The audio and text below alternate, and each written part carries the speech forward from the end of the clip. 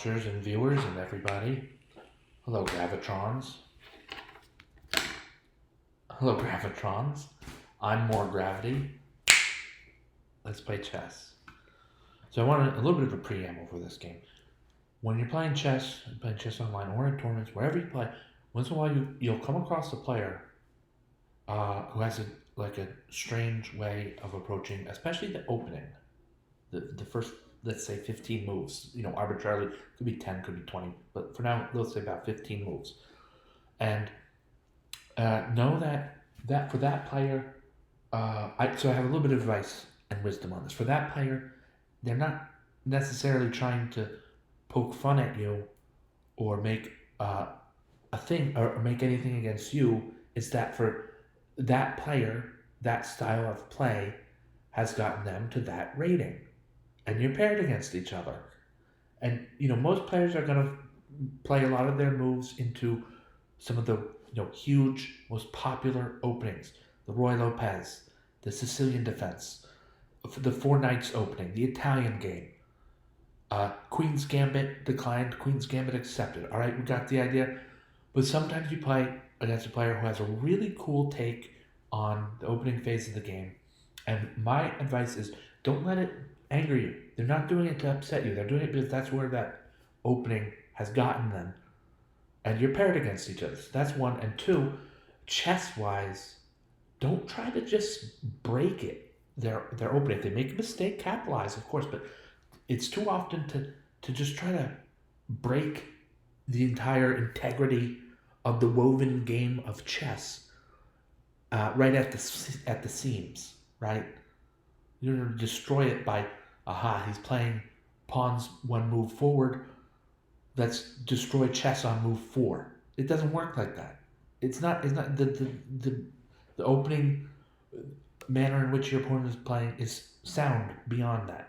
So try to come up with sound ideas, stick to fundamentals, piece development, safe piece development, controlling the center, and a king that is safe.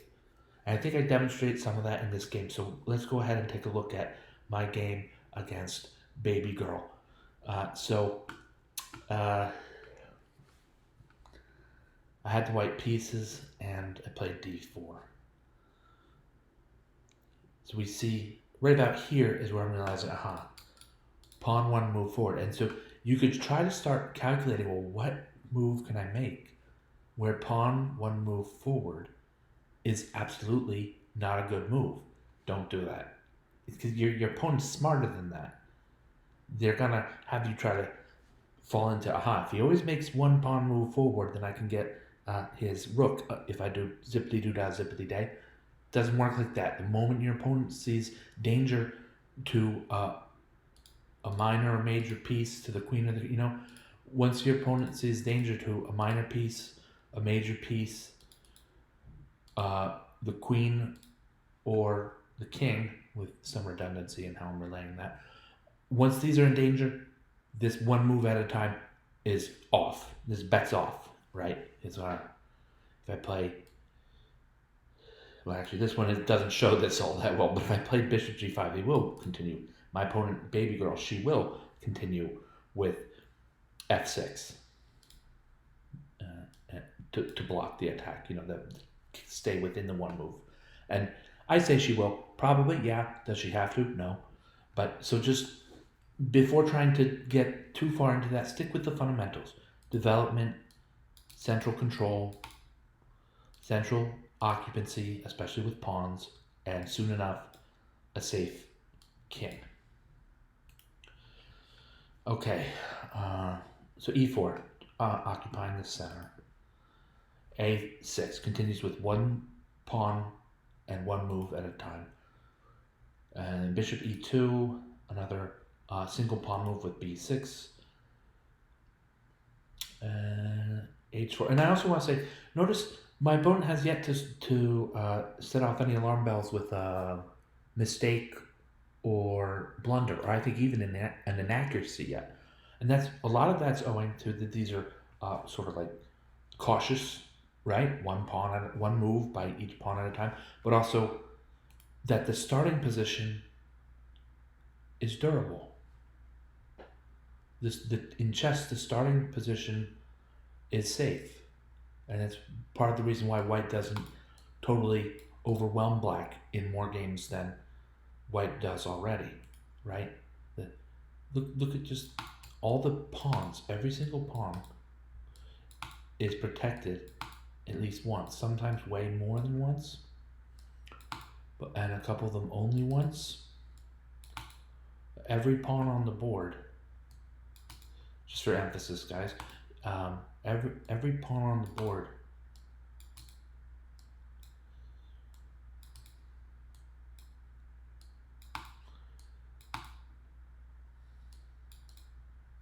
is protected. And now let's be fair to our knights. To e2, this one to d2,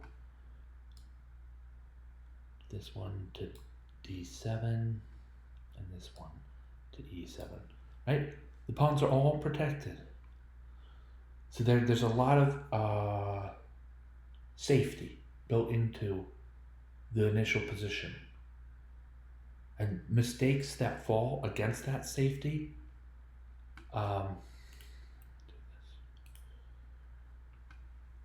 okay, there's the ending. But mistakes that if you fall quicker than this safety would afford, it's usually because you played weird moves and got zapped.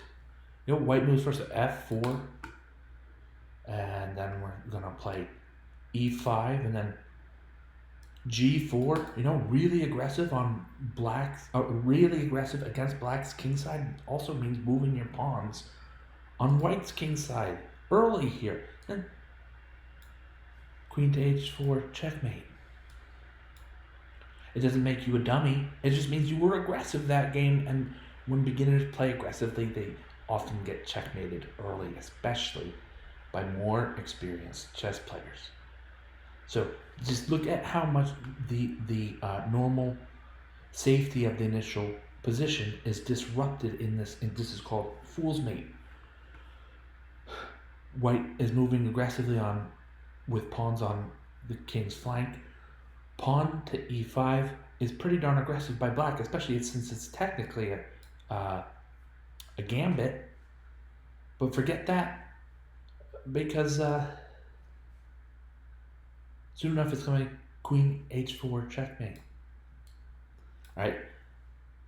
My opponent is demonstrating the opposite. My opponent is demonstrating this. I was a little bit awed and wondered by this. My opponent played really well within the sort of mental mod. How about I play one move at a time by each pawn, pretty much for as long as it makes sense to do so. All right, so let's get back to the game. I'll let it play from start.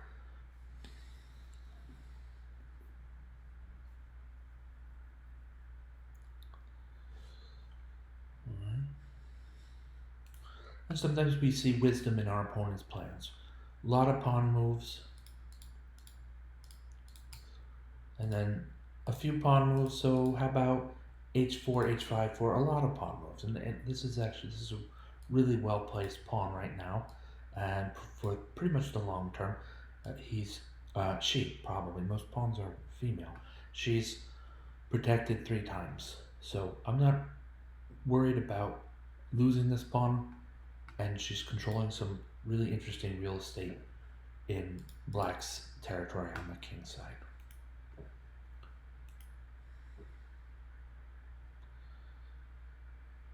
Rook to h3, knight d7, and queen a4. Yeah, some of my moves are inaccurate here because then with a lot of time, maybe there's something to break open black's position, but I'll tell you what, the evaluation bar doesn't sense it, and I didn't sense it playing, and I don't sense it now, so I'm glad I played a more conservative approach against this strange one pawn move at a time phenomenon. And notice, like I said, at some point that wears out. My opponent will develop pieces so as to get pieces in the game, and then maybe a safe king and so on.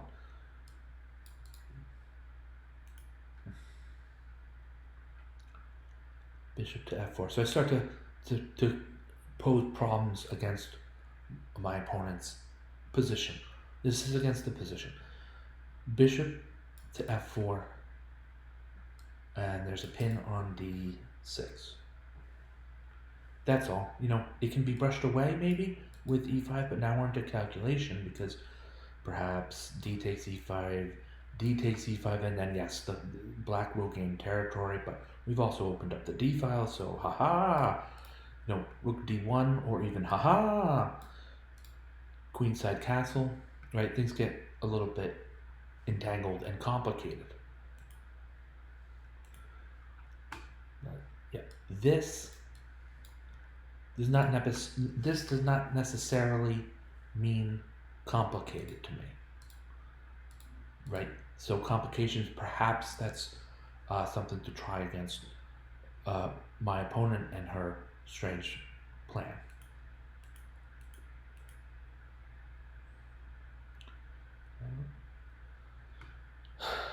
Bishop g3. I saw this as being a fine way because though now the movement of my rook is somewhat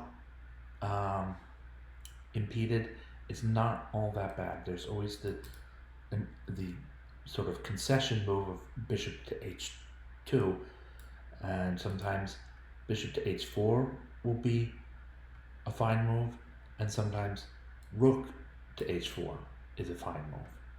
So I'm not really worried all that much about the long-term implications of maybe taking away some squares from my rook lift, the rook on h3 that's been rook lifted.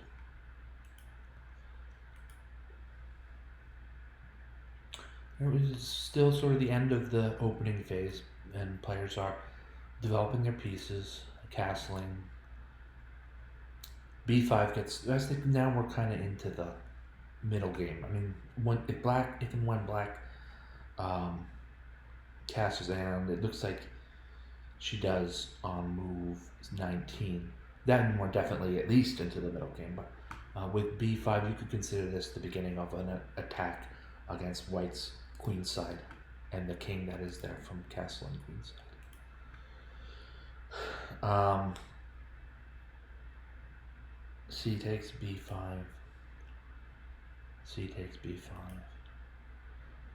and then a concession. Sometimes we have to look at the board and say, I made a mistake, or my opponent's plan is working, or both. C takes d5 opens up the c file against my king, especially since it's now black's turn to move and taking on the c file again, winning a tempo against my queen. White put himself in more trouble than necessary. And the queen to c2 is at least it's a concession. You're making a move that shows you kind of got outplayed just a bit. But notice for white, look, there's all kinds of things. First of all, this is blitz chess, right? Time is always a possible element.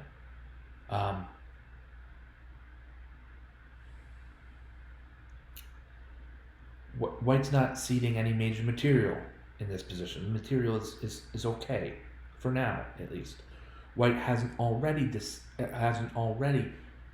ceded any material. The material is even, but black has some very serious positional trumps and advantages.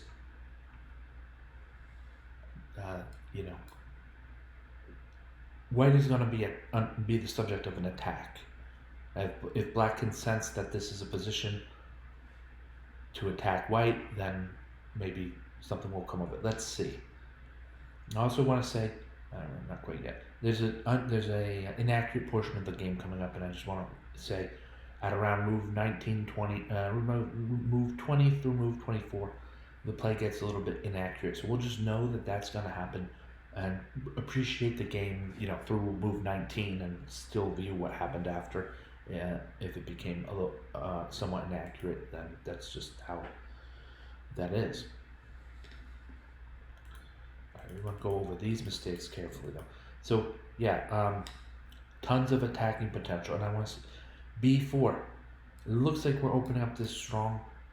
We're going to push the knight away and have some kind of tactics against, like black's going to have some kind of tactics against white's royalty on the c file, but it's just not quite there. It's not quite at b4. So I would say just that this was the right idea, but I'm even going to clear the arrows.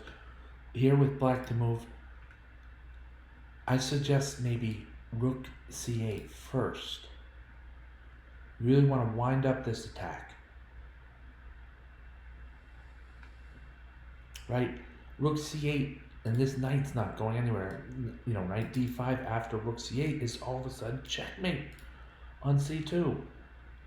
So this is an attack that I think black could have played a better move by thinking slowly. And you know, sometimes we think fast, sometimes we think slow. There's a great book by Tversky, of Kahneman and Tversky. It's called Thinking Fast, Thinking Slow. I recommend it.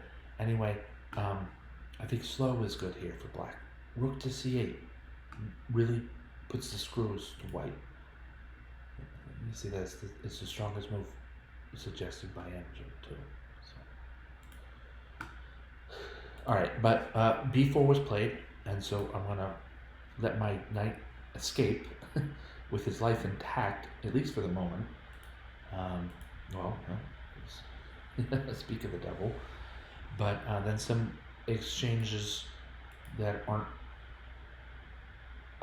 really all that bad for white, and soon enough we see the evaluation has moved to about 7/10 of a pawn in black's favor. So there's a little bit of a reclaiming of strength by white. And maybe made a little bit of a pot shot here with bishop h4.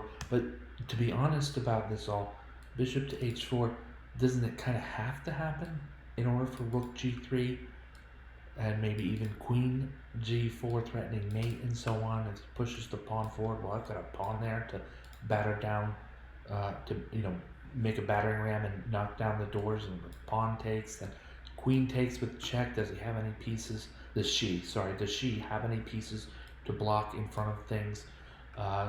King to h8 looks scary because of queen to h6 checkmate. But so I thought, now a lot of that is not necessarily the moves to be played. And I thought rook to h4 was fine. I'm just not sure what the engine sees by calling this an inaccuracy. So let's take a look. King b1 to step out of future checks. That makes sense. Okay, I'm cool with that. And then bishop h4. Okay, so this is an interesting thing. It's not like a similar move was to be made. Like bishop h4 is one kind of similar move. It wasn't rook h4. It wasn't knight h4. It was king to b1. You see the brilliance of machines here. This king to b1, if I were playing black as Kasparov, first of all right. But if I were playing black as Kasparov against deep blue, and deep blue here makes the move king to b1, I'd have my hair on fire. This is way too forward thinking. This is way too intangible. Computers were meant to respond to the move rook c8 check, not anticipate it beforehand. So these days, this is done naturally and consistently by strong software on modern computers. But not that there's differences, but so yeah, hats off and congratulations to Torch4 Light.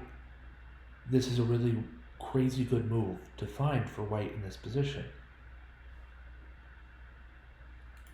And for the hats off to Torch4 Light and for the team of people behind it. King b1 here is a really cool move. So anyway, get back to the lecture at hand here. I played bishop h4, and also kind of lets me off the hook. The move that I missed was pretty darn good.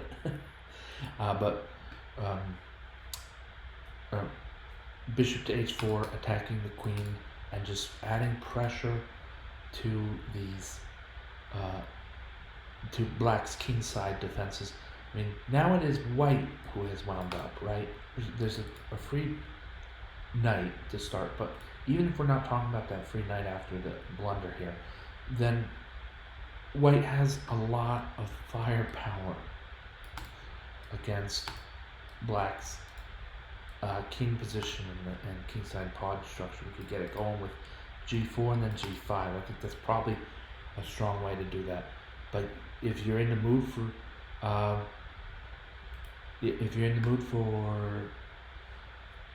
sacrificing pieces, how about knight to g5? Black should accept on g5, or else it's queen. In many lines, it'll be queen to h7 checkmate immediately thereafter. All right, so a knight to g5 and h takes g5. Yeah, this is probably a better line than what I played in the game. I'm not entirely sure, because I've lost that knight that helps with the checkmate. Maybe bishop takes on g5, and you can play bishop to d3. There's just a lot of attacking and attacking motifs on the board for White right now, and Black has settled into this attack of a lone queen against a very vulnerable king. You don't want to discount that. White's king is seriously out in the open here.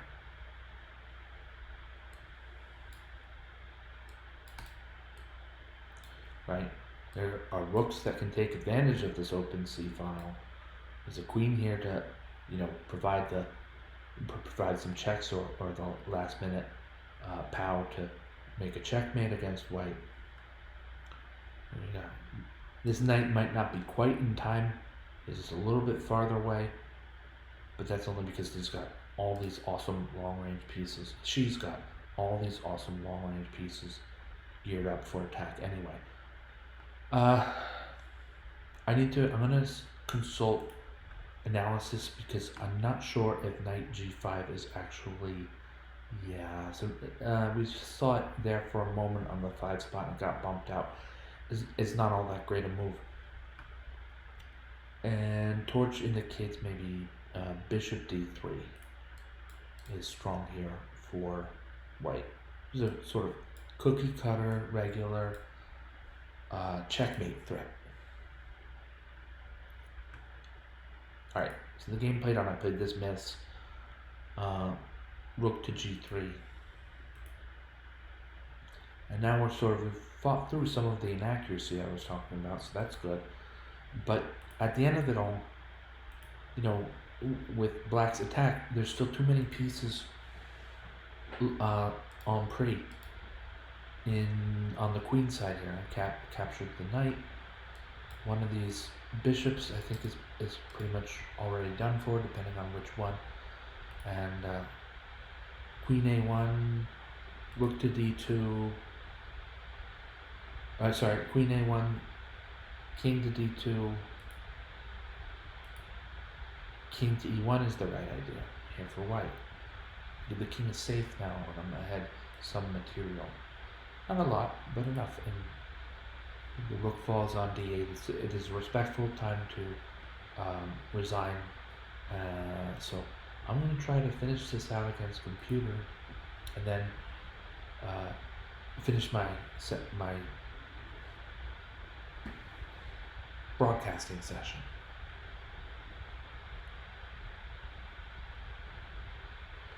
My opponent played e4.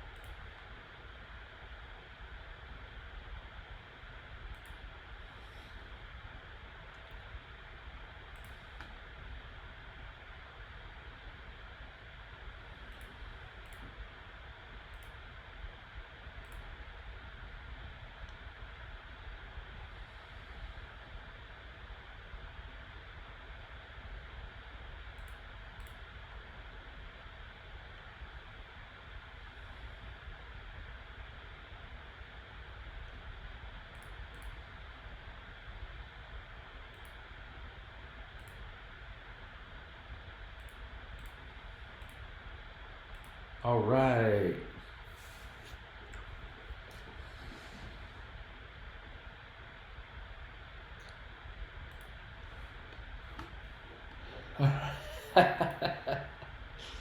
All right. So eventually this does break down against computer on maximum.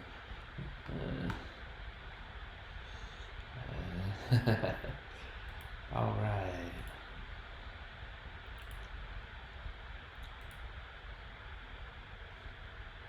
So I'm gonna sign off pretty much when in a little bit here. Let's see how this ends up rating wise. While that's doing that, excuse me a minute, I'm gonna go pour a glass of juice.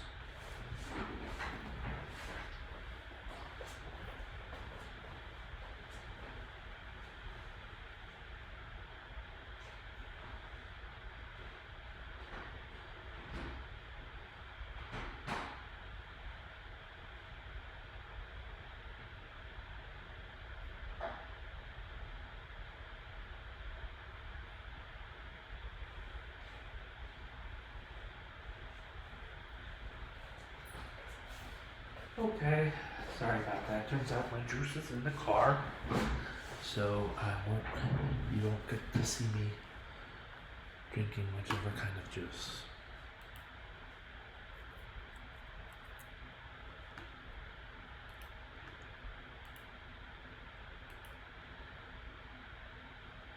Alright. Strange. That's a strange game. Strange game.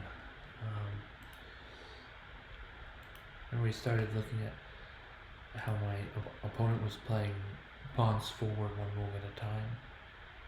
We ended up analyzing queen and rook versus queen endgame. I think both sides had 2 or more pawns. So,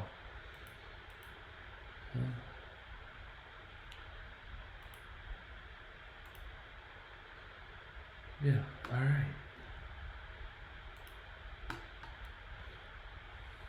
Well, thanks to my opponent and my opponents. I think I played a good game, and I'm really glad I had a lot of fun doing so. So, thank you all for watching. Thank you, Gravitrons. I'm more gravity.